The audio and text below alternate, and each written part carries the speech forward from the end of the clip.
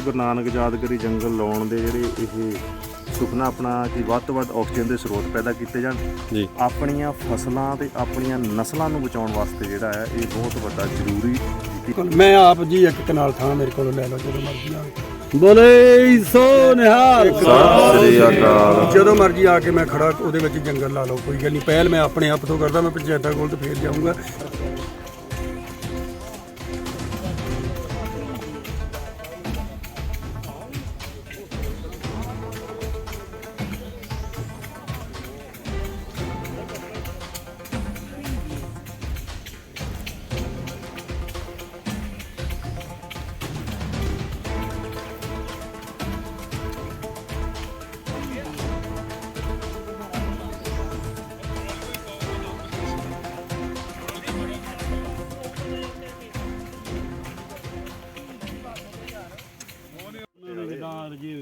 ਜ਼ਿਆਦਾ ਸੀ ਹਫਤਾ 10 ਦਿਨ ਲੇਟ ਕਰਦੇ ਸੀਗੇ। ਨਹੀਂ ਵੈਸੇ ਤੁਹਾਡੀ ਵਾਰੀ ਵੀ 3-4 ਮਹੀਨੇ ਬਾਅਦ ਹੋਣੀ ਸੀਗੀ। ਠੀਕ ਹੈ। ਇਹ ਤਾਂ ਉਹ ਡਾਇਰੈਕਟ ਸਿੱਧਾ ਕਿਤੇ ਬਾਬਾ ਜੀ ਬੈਠੇ ਸੀ ਲਾਗੇ ਹਾਂਜੀ ਹਾਂਜੀ ਤੇ ਉਹ ਛੋਟੇ ਜਥੇਦਾਰਾਂ ਨੂੰ ਜਦੋਂ ਫੋਨ ਤੇ ਸੰਪਰਕ ਹੋਇਆ ਤੇ ਬਾਬਾ ਜੀ ਨੇ ਫਿਰ ਪੁੱਛ ਲਿਆ ਵੀ ਕਿੱਥੋਂ ਹਨ। ਹਾਂਜੀ ਹਾਂਜੀ ਤਾਂ ਉਹ ਕਹਿੰਦੇ ਕੋਈ ਨਹੀਂ ਵੀ ਬਾਕੀ ਕੰਮ ਛੱਡ ਕੇ ਪਹਿਲ ਦੇ ਆਧਾਰ ਤੋਂ। ਕੱਲ ਮੈਂ ਹਰਿਆਣੇ ਸੀ, ਰਾਤ ਕੋਲ ਗਈ, ਮੈਂ ਰਾਤੋਂ ਰਾਤ ਆਇਆ ਰਾਤੀ 2 ਵਜੇ। ਮੈਂ ਕੋਈ 3-4 ਅਗਸਤ ਦੀ ਸੁਣੀ ਹੈ ਤੁਹਾਡੀ, ਜਦੋਂ 170 ਜੰਗਲ ਲੱਗ ਚੁੱਕੇ ਸੀ। ਉਹ ਲੱਖਾ ਸਧਾਣਾ ਕਰਦਾ ਸੀ ਨਾ, ਤੇ ਉਹ ਸੁਣੀ ਸੀ। 12 ਸਾਲ ਤੋਂ ਜੁੜੇ ਹੋਏ ਆਪਣੇ ਹਾਂ ਉਹ ਸੁਣੀ ਸੀ। ਮਾਲ ਵਿੱਚ ਉਹ ਫਿਰ ਮੈਂ ਆਪਣੇ ਡਾਕਟਰ ਜਗਮੋਹਨ ਸਿੰਘ ਨੂੰ ਕੀਤੀ ਆਪਣੇ, ਤੇ ਉਹਦੇ ਤੋਂ ਹੀ ਫਿਰ ਸੰਪਰਕ ਹੋ ਸਕਿਆ, ਕਿਉਂਕਿ ਨੰਬਰ ਉਹਦੇ ਵਿੱਚ ਦਿੱਤਾ ਗਿਆ ਹੈ। 1999 ਤੋਂ ਲਾ ਰਹੇ ਹਾਂ। ਠੀਕ ਹੈ। 10-15 ਸਾਲ ਤੇ ਕੋਈ ਸੋਸ਼ਲ ਮੀਡੀਆ ਤੇ ਅਸੀਂ ਕੋਈ ਪਾਇਆ ਹੀ ਨਹੀਂ ਆਪਣਾ। ਦੱਸਦੇ ਸੀ ਵੀ ਤੁਹਾਡਾ ਨਾਲ ਜੰਗਲਾਂ ਦੇ ਨਾਲ ਤੁਸੀਂ ਵਿਦਿਆ ਦਾ ਵੀ ਦਾਨ ਦੇ ਰਹੇ ਹੋ, ਸਕੂਲ ਵੀ college IPS IAS PCS UPSC NDA ਵਗੈਰਾ ਦੀ ਤਿਆਰੀ ਕਰਾਉਂਦੇ ਆ। ਨਾਲ ਹੀ ਜਿਹੜੀਆਂ ਸਾਡੀਆਂ ਬੱਚੀਆਂ ਬੇਟੀਆਂ ਜਿਹੜੀਆਂ +2 ਕਰਨ ਤੋਂ ਬਾਅਦ ਘਰਾਂ 'ਚ ਬਹਿ ਜਾਂਦੀਆਂ ਜਾਂ ਕਿਸੇ ਕਾਰਨਵਸ਼ ਉਹ ਗਾਂ ਨਹੀਂ ਪੜ੍ਹ ਪਾਉਂਦੀਆਂ, ਤਾਂ ਉਹਨਾਂ ਨੂੰ ਫਿਜ਼ੀਕਲ ਟ੍ਰੇਨਿੰਗ ਦਿੱਤੀ ਜਾਂਦੀ ਆ। ਮਤਲਬ ਆਰਮੀ ਦੇ ਰਿਟਾਇਰਡ ਜਰਨਲ, ਮੇਜਰ ਜਰਨਲ, ਵੱਡੇ ਜਿਹੜੇ ਰੈਂਕ ਦੇ ਅਧਿਕਾਰੀ ਰਿਟਾਇਰਡ ਹੋਏ ਨੇ, ਉਹਨਾਂ ਦੀਆਂ ਸੇਵਾਵਾਂ ਲਈਆਂ ਜਾਂਦੀਆਂ। ਕਾਫੀ ਸਕੂਲਾਂ ਦੇ ਵਿੱਚ ਕੀਤਾ ਸੀ ਤੇ ਬਾਬਾ ਕਿਹੜੀ ਸੰਸਥਾ ਵਾ ਤੁਹਾਡੀ, ਮਤਲਬ ਕਿਹੜੇ ਨਾਂ ਤੇ ਚੱਲਦੀ? ਜੀ ਕਾਰ ਸੇਵਾ ਖਡੂਰ ਸਾਹਿਬ ਵਾਲੇ ਜਿਹੜੇ ਆ ਠੀਕ ਹੈ ਜੀ, ਸੇਵਾਵਾਂ ਨਿਭਾਉਂਦੇ ਨੇ। ਮੱਧ ਪ੍ਰਦੇਸ਼ ਗਵਾਲੀਅਰ ਦੇ ਵਿੱਚ 3-4 ਅਕੈਡਮੀਆਂ ਨੇ। CBSE ਬੋਰਡ ਦੇ ਸਕੂਲ ਨੇ ਆਪਣੇ ਕੋਲ, ਪੰਜਾਬ ਬੋਰਡ ਦੇ ਨੇ, ਤੇ ਇੱਥੇ ਵੀ CBSE ਬੋਰਡ ਦਾ। ਤੇ ਨਾਲ ਤੁਸੀਂ ਆ ਵਾਤਾਵਰਨ ਸੰਭਾਲ ਦਾ ਕੰਮ ਵੀ ਕਰ ਰਹੇ ਹੋ? ਵਾ ਮੇਨ 3 ਇਤਿਹਾਸਿਕ ਗੁਰਦੁਆਰਿਆਂ ਦੀ ਸੇਵਾ ਸੰਭਾਲ ਤੋਂ ਇਲਾਵਾ ਜਿਹੜਾ ਮੇਨ ਸਾਡੀ ਸੰਸਥਾ ਦਾ ਫੋਕਸ ਹੈ ਐਜੂਕੇਸ਼ਨ, এনवायरमेंट ਤੇ ਗੇਮਸ। ਜੀ। ਜਿਹੜੀ ਹਾਕੀ ਸਾਡੀ ਜਿਹੜੀ ਰਾਸ਼ਟਰੀ ਖੇਡ ਸੀਗੀ ਸਾਡੀ ਜਿਹੜੀ, ਇਹਨੂੰ ਅਸੀਂ ਮਤਲਬ ਜਿਵੇਂ ਆਕਾਸ਼ਦੀਪ, ਵਰੁਣ, ਮਨਪ੍ਰੀਤ, ਵੱਡੇ ਇੰਟਰਨੈਸ਼ਨਲ ਜਿਹੜੇ 5-7 ਪਲੇਅਰ ਨੇ ਇੰਡੀਆ ਟੀਮ ਦੇ ਵਿੱਚ, ਉਹ ਸਾਰੇ ਖਡੂਰ ਸਾਹਿਬ ਦੀ ਧਰਤੀ ਤੋਂ ਹੀ ਛੋਟੇ ਲੈਵਲ ਤੋਂ ਸ਼ੁਰੂ ਕੀਤੀ ਉਹਨਾਂ ਨੇ। ਜੀ। ਤੇ ਅੱਜ ਇੰਟਰਨੈਸ਼ਨਲ ਲੈਵਲ ਤੇ ਖੇਲ ਰਹੇ ਨੇ। ਜੀ। ਇਸੇ ਤਰ੍ਹਾਂ ਕਾਫੀ ਬੱਚੇ ਜਿਹੜੇ ਸਬ ਲੈਫਟੀਨੈਂਟ ਜਾਂ ਕਾਫੀ ਅਹੁਦਿਆਂ ਤੇ ਪਹੁੰਚ ਚੁੱਕੇ ਨੇ ਤਿਆਰੀ ਕਰਕੇ। ਔਰ 585 ਬੱਚੀਆਂ ਜਿਹੜੀਆਂ, ਜਿਨ੍ਹਾਂ ਦੇ ਵਿੱਚੋਂ 15-20 ਬੱਚੀਆਂ ਸਬ ਇੰਸਪੈਕਟਰ ਨੇ, ਔਰ ਬਾਕੀ ਜਿਹੜੀਆਂ ਵੱਖ-ਵੱਖ ਜਿਹੜੀਆਂ ਅਹੁਦਿਆਂ ਤੇ ਬੱਚੀਆਂ ਆਪਣੀਆਂ ਜਿਹੜੀਆਂ ਲੱਗੀਆਂ ਹੋਈਆਂ। ਜੀ। ਤੇ ਅੱਜ ਬਾਬਾ ਇੱਥੇ ਕਿਹੜੇ ਰੁੱਖ ਲਗਾਏ ਗਏ, ਕਿੰਨੀਆਂ ਕਿਸਮਾਂ ਦੇ? ਇਹ ਜਿਹੜੀ ਜਗ੍ਹਾ ਆ ਪੰਚਾਇਤੀ, ਮੈਂ ਸਭ ਤੋਂ ਪਹਿਲਾਂ ਤਾਂ ਧੰਨਵਾਦ ਕਰਦਾ ਸਾਰੇ ਕਲੱਬਾਂ ਦਾ, ਜਿੰਨੇ ਵੀ ਇੱਥੇ ਸੱਜਣ ਪਹੁੰਚੇ ਹੋਏ ਨੇ, ਗੁਰੂ ਕੀ ਸੰਗਤ, ਸਰਪੰਚ ਸਾਹਿਬਾਨਾਂ ਦਾ, ਤੇ ਜਿੰਨੇ ਵੀ ਰੋਟਰੀ ਕਲੱਬ ਜਾਂ ਵਾਤਾਵਰਨ ਦੇ ਪ੍ਰੇਮੀ ਨੇ ਸਾਰੇ, ਉਹਨਾਂ ਸਾਰਿਆਂ ਦਾ ਧੰਨਵਾਦ ਕਰਦਾ। ਕਾਰ ਸੇਵਾ ਖਡੂਰ ਸਾਹਿਬ ਵੱਲੋਂ ਕਿ ਸੋਹਣੀ ਸੁਚੱਜੇ ਢੰਗ ਨਾਲ ਜਿਹੜੀ ਤਾਰ ਫੈਂਸਿੰਗ ਤੇ ਯੋਗ ਪਾਣੀ ਦੇ ਪ੍ਰਬੰਧ ਕਰਕੇ ਜਗ੍ਹਾ ਤਿਆਰ ਕੀਤੀ ਗਈ ਆ। ਸੋ ਇਹਦੇ ਵਿੱਚ 50 ਕਿਸਮਾਂ ਦੇ ਬੂਟੇ ਜਿਹੜੇ ਆਪਾਂ ਲਾ ਰਹੇ ਆ।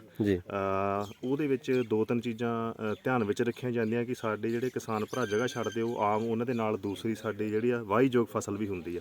ਸੋ ਉਹਨਾਂ ਫਸਲਾਂ ਨੂੰ ਸੋਰਾ ਨਾ ਹੋਵੇ, ਇਸ ਤਕਨੀਕ ਨਾਲ ਬੂਟੇ ਲਾਏ ਜਾਂਦੇ ਨੇ। ਸੋ ਇਹਦੇ ਵਿੱਚ 25% ਫਲਦਾਰ ਬੂਟੇ, ਉਹ ਇਸ ਤਰੀਕੇ ਨਾਲ ਉਹਨਾਂ ਦੀ ਕਲੈਕਸ਼ਨ ਕੀਤੀ ਜਾਂਦੀ ਹੈ ਕਿ ਸਾਲ ਭਰ ਸਾਡੇ ਜਿਹੜੇ ਪੰਛੀ ਜਿਹੜੇ ਆ ਸਾਡੇ ਤੋਂ ਦੂਰ ਹੋ ਗਏ, ਉਹਨਾਂ ਨੂੰ ਖਾਣਾ ਮਿਲਦਾ ਰਹੇ ਇੱਥੇ।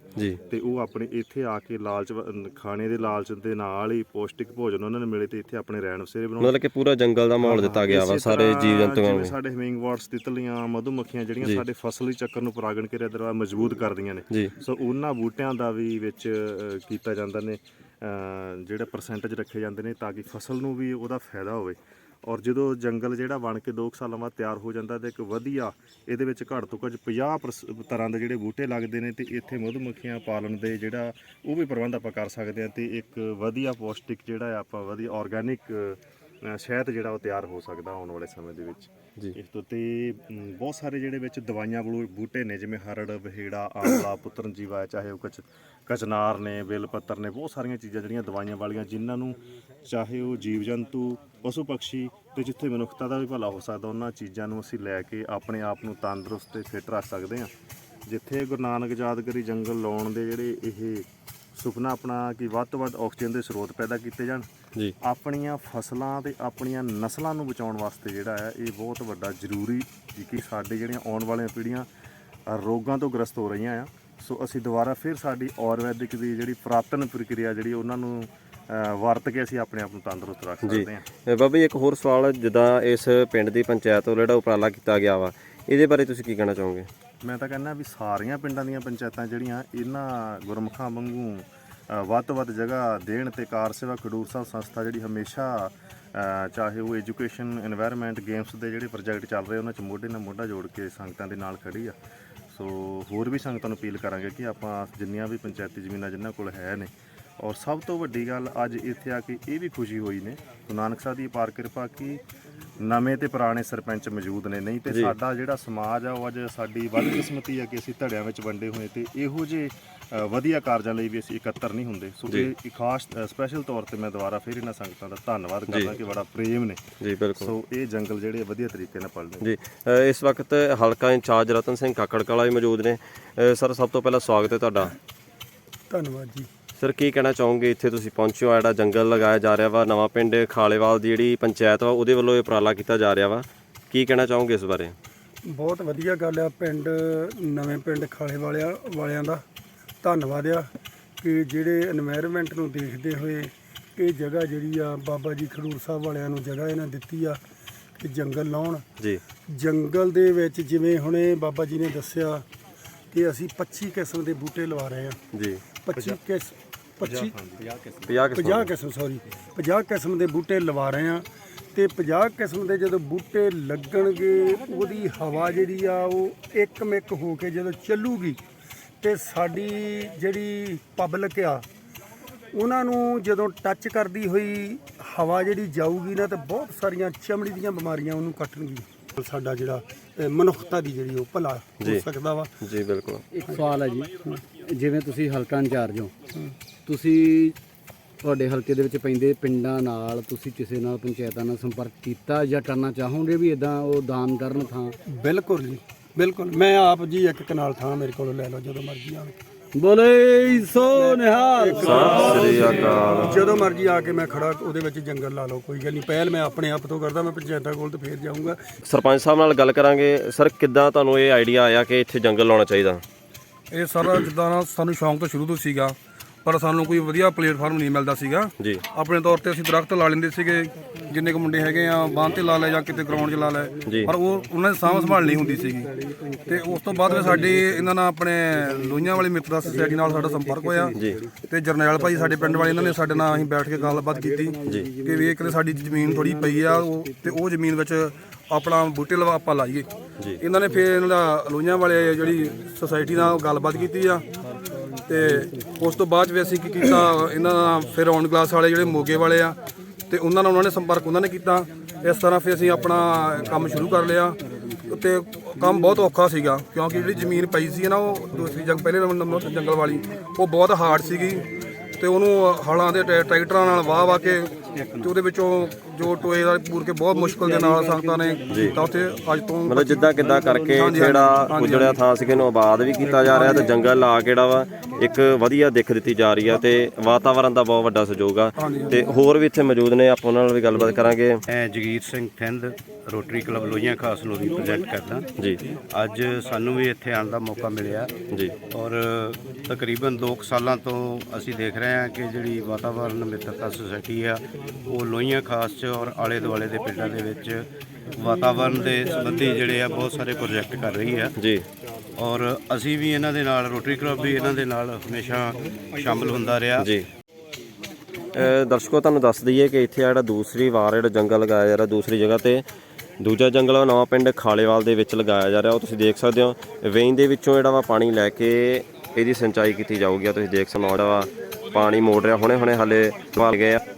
ਤੇ ਇਸ ਵਕਤ ਸਾਡੇ ਨਾਲ ਵਾਤਾਵਰਨ ਮਿੱਤਰਤਾ ਸੁਸਾਇਟੀ ਲੋਹੀਆਂ ਖਾਸ ਦੇ ਨੁਮਾਇੰਦੇ ਵੀ ਹਾਜ਼ਰ ਨੇ, ਜਿਨ੍ਹਾਂ ਦਾ ਵਿਸ਼ੇਸ਼ ਉਪਰਾਲਾ ਵਾ ਲਾਗੇ ਬੰਨੇ ਲੋਹੀਆਂ ਦੇ ਲਾਗੇ ਪਿੰਡਾਂ ਦੇ ਵਿੱਚ ਜਾਂ ਜਿੱਥੇ ਵੀ ਉਹਨਾਂ ਨੂੰ ਰੁੱਖ ਲਗਾਉਣ ਲਈ ਕੋਈ ਕਹਿੰਦਾ ਵਾ ਜਾਂ ਜਗ੍ਹਾ ਮਿਲਦੀ ਆ ਤਾਂ ਉਹ ਦਵਾ ਦਾ ਸਵੇਰ ਨੂੰ ਉੱਠ ਕੇ ਤੇ ਰੁੱਖ ਲਗਾਉਣ ਚਲ ਜਾਂਦੇ ਆ।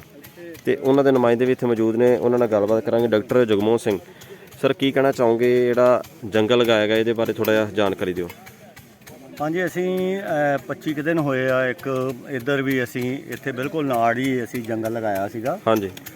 ਤੇ ਉਹ ਸਾਨੂੰ ਇਹ ਸਾਡੇ ਵਾਤਾਵਰਨ ਮਿੱਤਰਤਾ ਸੁਸਾਇਟੀ ਦੇ ਮੈਂਬਰ ਆ ਜਰਨੈਲ ਸਿੰਘ ਟੁਰਨਾ ਜੀ, ਤੇ ਉਹ ਤੇ ਉਹਨਾਂ ਦੇ ਬ੍ਰਦਰ ਵੱਡੇ ਜਿਹੜੇ ਤਰਸੇਮ ਸਿੰਘ ਟੁਰਨਾ ਜੀ, ਉਹਨਾਂ ਨੇ ਆਪਣੇ ਸਵਰਗਵਾਸੀ ਪਿਤਾ ਦੀ ਯਾਦ ਦੇ ਵਿੱਚ ਜੀ, ਉਹ ਜਿਹੜੀ 1.5 ਕਨਾਲ ਜ਼ਮੀਨ ਸੀਗੀ ਜੀ, ਉਹ ਸਾਨੂੰ ਦੇ ਦਿੱਤੀ ਕਿ ਆਪਾਂ ਇੱਥੇ ਜੰਗਲ ਲਗਾਈਏ। ਜੀ। ਫਿਰ ਅਸੀਂ ਰਾਉਂਡ ਗਲਾਸ ਸੰਸਥਾ ਸੀ, ਇੱਕ ਆਪਣੀ ਹੈਗੀ ਆ ਪੰਜਾਬ ਦੇ ਵਿੱਚ ਜੰਗਲ ਲਗਾਉਂਦੀ ਆ, 400 ਤੋਂ ਉੱਤੇ ਜੰਗਲ ਲਗਾ ਚੁੱਕੇ ਹੋ ਜੀ। ਅਸੀਂ ਉਹਨਾਂ ਨਾਲ ਸੰਪਰਕ ਕੀਤਾ ਜੀ, ਤੇ ਉਹਨਾਂ ਦੀ ਮਦਦ ਦੇ ਨਾਲ ਉੱਥੇ ਅਸੀਂ ਪਹਿਲਾ ਜਿਹੜਾ ਜੰਗਲ ਲਗਾਇਆ ਸੀਗਾ। ਜੀ। ਫਿਰ ਆਹ ਜਿਹੜਾ ਜੰਗਲ ਆ ਇੱਥੇ 1.5 ਕਨਾਲ, ਫਿਰ ਸਾਨੂੰ ਉਹ ਤੋਂ ਪ੍ਰੇਰਿਤ ਹੋ ਕੇ ਜਿਹੜੇ ਸਰਪੰਚ ਹੈਗੇ ਆ ਨਵਾਂ ਪਿੰਡ ਖਾੜੇਵਾਲ ਦੇ ਸਰਦਾਰ ਸੁਰਜੀਤ ਸਿੰਘ ਜੀ, ਅਸੀਂ ਉਹਨਾਂ ਦੇ ਨਾਲ ਉਹਨਾਂ ਨੇ ਪ੍ਰੇਰਿਤ ਹੋ ਕੇ ਸਾਨੂੰ ਇਹ ਪੰਚਾਇਤੀ ਜ਼ਮੀਨ ਜਿਹੜੀ ਮਤਾ ਪਾ ਕੇ 1.5 ਕਨਾਲ ਜਿਹੜੀ ਜ਼ਮੀਨ ਇਹ ਦੇ ਦਿੱਤੀ ਜੀ। ਤੇ ਫਿਰ ਅਸੀਂ ਰਾਉਂਡ ਗਲਾਸ ਸੰਸਥਾ ਵਾਲੇ ਥੋੜੇ ਬਿਜ਼ੀ ਹੋ ਗਏ, ਰੁਝੇਵੇਂ ਸੀ ਉਹਨਾਂ ਦੇ ਜ਼ਿਆਦਾ। ਫਿਰ ਅਸੀਂ ਕਾਰ ਸੇਵਾ ਵਾਲੇ ਬਾਬੇ ਜਿਹੜਾ ਖਡੂਰ ਸਾਹਿਬ ਆ, ਉਹਨਾਂ ਨਾਲ ਪਰਸੋਂ ਹੀ ਅਸੀਂ ਸੰਪਰਕ ਕੀਤਾ ਜੀ। ਤੇ ਉਹਨਾਂ ਨੇ ਵੀ ਬੜੀ ਫਰਾਖ ਦਿਲੀ ਦਿਖਾਈ ਕਿ ਇੰਨੇ ਸ਼ਾਰਟ ਨੋਟਿਸ ਤੇ ਉਹਨਾਂ ਨੇ ਸਾਨੂੰ ਯੈਸ ਕਰ ਦਿੱਤੀ। ਜੀ ਬਿਲਕੁਲ, ਅੱਗੇ ਬਾਬਾ ਜੀ ਦੱਸਦੇ ਪਏ ਬਹੁਤ ਬਿਜ਼ੀ ਸ਼ਡਿਊਲ ਸੀ ਉਹਨਾਂ ਦਾ ਵੀ। ਬਿਜ਼ੀ ਸੀਗਾ, ਉਹ ਕਹਿੰਦੇ 3-4 ਮਹੀਨੇ ਬਾਅਦ ਵਾਰੀ ਆਉਣੀ ਸੀ। ਉਹ ਕੁਦਰਤੀ ਸਾਡੀ ਕਿਤੇ ਗੱਲ ਹੀ ਬਾਬਾ ਸੇਵਾ ਸਿੰਘ ਹੋਣਾ ਨਾਲ ਹੋ ਗਈ। ਠੀਕ ਹੈ। ਤੇ ਸਿੱਧੀ, ਤੇ ਸਾਨੂੰ ਤਾਂ ਪਤਾ ਨਹੀਂ ਸੀ, ਹੁਣ ਪਤਾ ਲੱਗਾ ਜੀ। ਤੇ ਉਹਨਾਂ ਨੇ ਉਸੇ ਵੇਲੇ ਕਹਿ ਦਿੱਤਾ ਵੀ ਇੱਥੇ ਪਹਿਲ ਦੇ ਆਧਾਰ ਤੇ ਕਰਨਾ। ਜੀ।